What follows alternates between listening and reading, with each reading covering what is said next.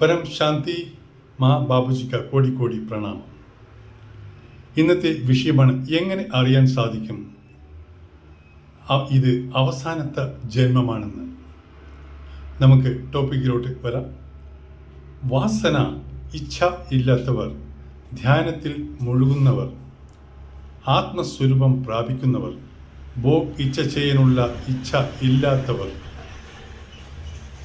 ഭഗവത് സ്മരണയിൽ ഇരിക്കുന്നവർ, ഒരാഗ്രഹവും ഇല്ലയോ, ഇവർ ജനന മരണത്തിൻ്റെ ചക്രത്തിൻ്റെ മേലോട്ട് പോകും.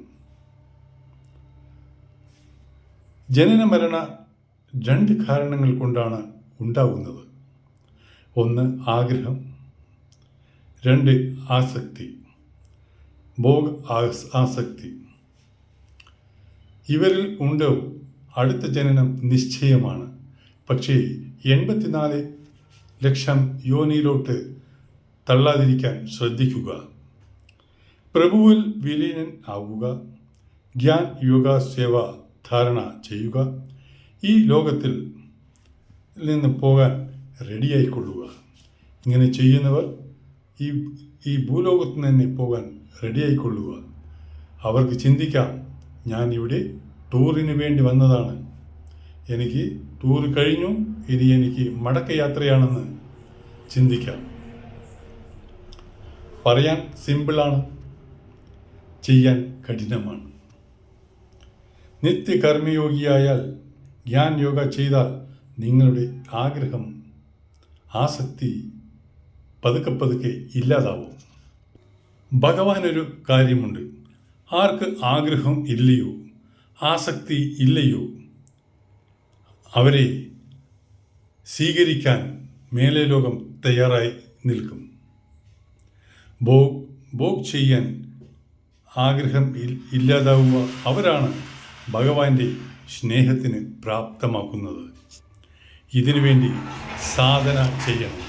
ഉണ്ട് ഉറങ്ങുന്നവർക്ക്, മാംസഭോജികൾക്ക്, മദ്യസേവ ചെയ്യുന്നവർക്ക് പറഞ്ഞിട്ടുള്ളതല്ല ഈ പ്രാപ്തി.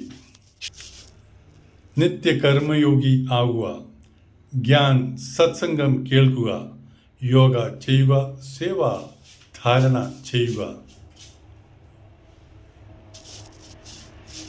ഈ വക എല്ലാവിധ ആസക്തിയും ഇല്ലാത്തവരെയാണ് ഭഗവത് ചിന്തൻ ചെയ്യുക, ചിന്തൻ മനനം ചെയ്യുക, ഭഗവത് കാര്യങ്ങൾ നിത്യവും ചെയ്യുക. ഇതിൽ നിങ്ങൾക്ക് കോൺഫിഡൻ്റ് വരും, പവർ നിങ്ങൾക്ക് വരും, ഊർജം നിങ്ങളുടെ ഉള്ളിൽ വരും, പോസിറ്റീവ് എനർജി വരും. നിങ്ങൾ ആ പരംലൈറ്റിൻ്റെ അംശമാണ്, ആ പരമാത്മാവിൻ്റെ അംശമാണ് എന്ന് ദൃഢനിശ്ചയം എടുക്കുക. എൻ്റെ ലോകം ഭൂമിയല്ല, ഇത് മൃത്യുലോകമാണ് എന്ന് തിരിച്ചറിയുക. എൻ്റെ പിതാവാണ് മേലെയുള്ള പരമാത്മ എന്ന് തിരിച്ചറിയുക. അങ്ങനെ തിരിച്ചറിയുമ്പോൾ ആ പരമാത്മയുടെ സ്വഭാവം, പരമാത്മയുടെ ഗുണം എല്ലാം നിങ്ങളിൽ വന്നു ചേരും. പരമാത്മ ഇന്ന ആൾക്കാർക്കാണ് കൂടുതൽ പ്രിഫറൻസ് കൊടുക്കുന്നത്. ഒരു എക്സാമ്പിൾ നമ്മൾക്ക് നോക്കാം. നിങ്ങൾ ഒരാളെ കാണാൻ പോയി എന്ന് വെച്ചു. പക്ഷേ നിങ്ങൾക്ക് അയാളെ കാണാൻ സാധിച്ചില്ല. 10 ദിവസം കഴിഞ്ഞ് കാണാൻ സാധിക്കൂ എന്ന് 9 ദിവസം കഴിഞ്ഞപ്പോൾ പറയുന്നു. അപ്പോൾ നിങ്ങളുടെ മനസ്സ് എന്തു ചെയ്യും? ഭഗവത് പ്രാപ്തി ഉള്ളവർക്ക് മനസ്സിൽ ഒന്നും തന്നെ തോന്നുന്നില്ല. ദേഷ്യമോ ഒന്നും തന്നെ, അതൃപ്തിയോ ഒന്നും തന്നെ തോന്നുകയില്ല. പക്ഷേ ഒരു അജ്ഞാനിക്ക് ദേഷ്യം തോന്നും, എവിടെയില്ലാത്ത ദേഷ്യം തന്നെ തോന്നും. അതാണ് അജ്ഞാനിയും ജ്ഞാനിയും തമ്മിലുള്ള വ്യത്യാസം. സത്യത്തിലൂടെ നടക്കുക, പാവപ്പെട്ടവർക്ക് പരോപകാരം ചെയ്യുക, നിഷ്കാം കർമ്മം ചെയ്യുക. ഇതിലൂടെ നടക്കുന്നവർ കുറച്ചുനാളും നടക്കും. അത് കഴിഞ്ഞ് പതുക്കെ പതുക്കെ പഴയപടിയാകും. ഇന്ദ്രിയങ്ങളെ നിയന്ത്രിക്കാൻ സാധിക്കണം. അങ്ങനെയുള്ളവരെയാണ് ഭഗവാന്റെ ഭഗവാന്റെ കവാടം തുറക്കപ്പെടുകയുള്ളൂ.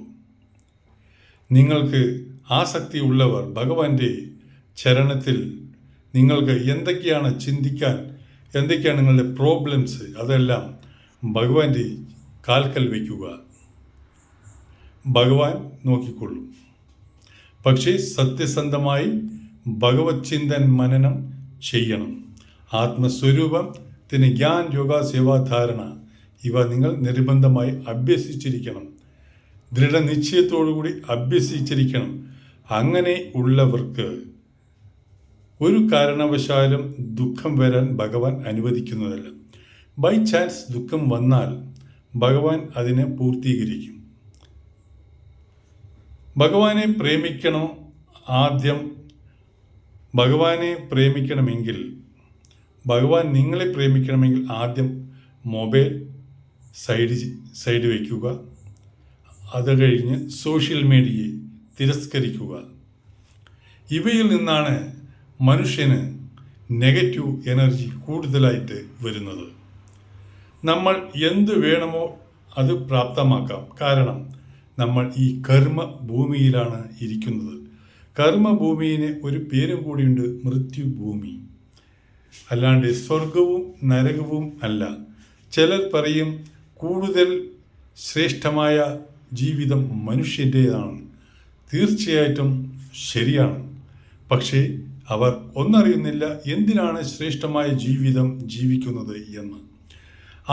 പരമാത്മയിൽ ലയിക്കാൻ വേണ്ടിയിട്ടാണ് ഈ സൗഭാഗ്യം, മനുഷ്യ ജീവിതം മനുഷ്യന് കിട്ടിയിരിക്കുന്നത്. അത് ത്യജിക്കാതെ സോഷ്യൽ മീഡിയയുടെ പിന്നാലെയും മൊബൈലിൻ്റെ പിന്നാലെയും കറങ്ങുന്ന ജനങ്ങൾ എങ്ങനെ ഭഗവത് പ്രാപ്തി കൈവരിക്കും? അത് നിങ്ങളാണ് തീരുമാനിക്കുന്നത്. ഒരു സെക്കൻഡിൽ നിങ്ങൾക്ക് ഭഗവാനിൽ എത്തിച്ചേരാം ഈ കർമ്മ ഭൂമിയിൽ നിന്ന്. എങ്ങനെയാണെന്ന് വെച്ചാൽ അതാണ് ഈ കർമ്മഭൂമിയുടെ പ്രത്യേകത. ജ്ഞാൻ, യോഗ, സേവാധാരണ അഭ്യസിച്ച് നിഷ്കാം കർമ്മം ചെയ്യുക. എല്ലാതും നിഷ്കാം കർമ്മം ചെയ്യുക. ദൃഢനിശ്ചയത്തോടു കൂടി എന്ത് കാര്യം ചെയ്യണോ ഭഗവാനെ മുൻനിർത്തി ചെയ്യുക. ഞാൻ ഒന്നുമല്ല, എല്ലാം ഭഗവാനാണ്. ആ ചിന്ത വന്നാൽ നിങ്ങൾക്ക് ആ ഭഗവാൻ ബാക്കി കാര്യം നോക്കിക്കൊള്ളും. അതാണ് ഭഗവാന്റെ ഒരു പ്രത്യേകത. ആ പരം ശാന്തി നിങ്ങളുടെ അടുക്കൽ വരികയും നിങ്ങളുടെ വീട് സ്വർഗതുല്യം ആവുകയും ചെയ്യും. പക്ഷേ ജ്ഞാനി ഒരിക്കലും അധികവും സന്തോഷം എന്ന് നിങ്ങൾക്ക് തോന്നുകയില്ല. പക്ഷേ മനസ്സിൻ്റെ ഉള്ളിൽ അതിഭയങ്കരമായ ആനന്ദം ആറാടുകയാണ്. കാരണം അവരുടെ മനസ്സ് എപ്പോഴും പരമാത്മയിൽ ഉറച്ചു നിൽക്കുകയാണ്. അങ്ങനെ നിൽക്കുന്ന മനസ്സിലേക്ക് ആ പരമാത്മയുടെ ഗുണങ്ങൾ പതുക്കെ പതുക്കെ ഓരോരോ തുള്ളിയായിട്ട് നിങ്ങളിൽ വന്നു ചേരും. എത്ര ലയിക്കുന്നുവോ, ഒരു സെക്കൻഡ് ലയിച്ചെങ്കിൽ അത് തന്നെയാണ് ധാരാളം. ആ ഓരോ സെക്കൻഡിലും ഓരോരോ തുള്ളിയായി ആ പരമാത്മയുടെ പവർ നിങ്ങളിലേക്ക് ഇറങ്ങി വരും. അത് നിങ്ങളുടെ കാരൺ ശരീരത്തിലെ നെഗറ്റീവ് പോസിറ്റീവ് എനർജിയെ, കാരൺ ശരീരത്തിലെ നിങ്ങൾ ചെയ്ത ജന്മാന്തരത്തിലെ കർമ്മങ്ങളെ ഇല്ലാതാക്കുന്നു. അപ്പോഴാണ് നിങ്ങൾ ഈ ഭൂമിയിൽ നിന്ന്, ഈ കർമ്മഭൂമിയിൽ നിന്ന്, ഈ മരണഭൂമിയിൽ നിന്ന് എന്നേക്കുമായി ടൂർ കഴിഞ്ഞ് പോകാൻ റെഡിയാകുന്നത്. ടൂർ കഴിഞ്ഞ് പോകുന്നവർ ഒരിക്കലും ദുഃഖിക്കുകയില്ല, സന്തോഷിക്കുകയുള്ളൂ. എൻ്റെ വീട്ടിലോട്ട് തിരിച്ചു പോവുകയാണ് എന്ന് പറഞ്ഞ് സന്തോഷിക്കുകയുള്ളൂ. ഈ കഷ്ടഭൂമിയിൽ നിന്ന്, ഈ മൃത്യുഭൂമിയിൽ നിന്ന് എങ്ങനെ മുക്തി കിട്ടും എന്ന് ആ ചൈതന്യത്തിന് മാത്രമേ അറിയാൻ സാധിക്കുകയുള്ളൂ. നമ്മൾ ധർമ്മ സ്വഭാവം ആവുക, ഭഗവത് സ്വഭാവം ആവുക.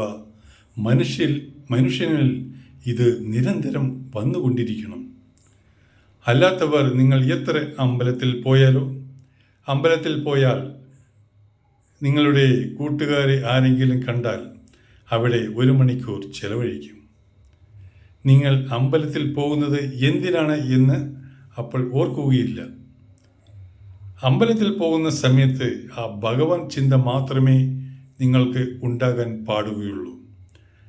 അത് കഴിഞ്ഞ് കുശലാന്വേഷണം അമ്പലത്തിൽ നിഷിദ്ധമാണ്. അതെല്ലാം അമ്പലത്തിന് പുറത്ത് വന്നിട്ടേ ആകാൻ പറ്റുകയുള്ളൂ. കാരൺ ശരീരത്തിൽ 3 ഗുണങ്ങളെയും തിരസ്കരിച്ചാൽ നിങ്ങൾക്ക് അടുത്ത ആ പരംഗതി പ്രാപിക്കാൻ സാധിക്കുകയുള്ളൂ. രജോ ഗുണം, സത്ത് ഗുണം, രജോ ഗുണം, തമോ ഗുണം, ഇവ 3 ത്യജിക്കാൻ പഠിക്കണം. ധർമ്മ സ്വഭാവം, ഭഗവത് സ്വഭാവം, ഇവ നിങ്ങളിലോട്ട് വരണം. ജാതി മത ഭേദം ഈ ആധ്യാത്മികത്തിൽ നിഷിദ്ധമാണ്. മാംസം നിഷിദ്ധമാണ്, മദ്യം നിഷിദ്ധമാണ്. സത്യത്തിൽ മാത്രമേ ഇവിടെ നീതി ലഭിക്കുകയുള്ളൂ. പക്ഷേ സത്യം എണീറ്റാൽ കളവിന് അവിടെ സ്ഥാനമില്ല.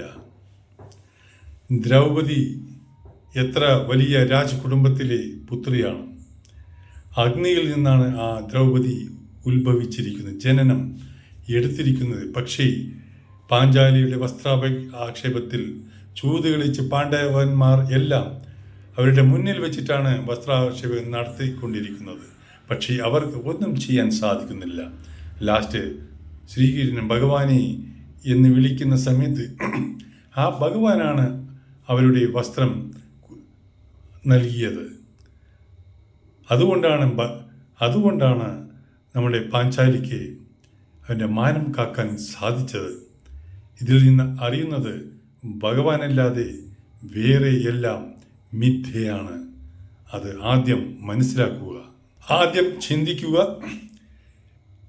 മനുഷ്യർ ജീവിക്കുന്നത് പ്രഭുവിന് വേണ്ടിയിട്ടാണ്. നമ്മുടെ കർമ്മമെല്ലാം പ്രഭുവിന് വേണ്ടിയിട്ടാണ്. അപ്പോൾ പ്രഭുവിൻ്റെ നിർമ്മൽ പ്രേമം നിങ്ങളിലോട്ട് ചൊരിയും. വീഡിയോ നീണ്ടുപോയി. ബേഹദ് കി പരം ശാന്തി. ഷെയർ ചെയ്യുക, സബ്സ്ക്രൈബ് ചെയ്യുക. ബേഹദ് കി പരം ശാന്തി. മാ ബാബുജിക്ക് കോടി കോടി പ്രണാമം.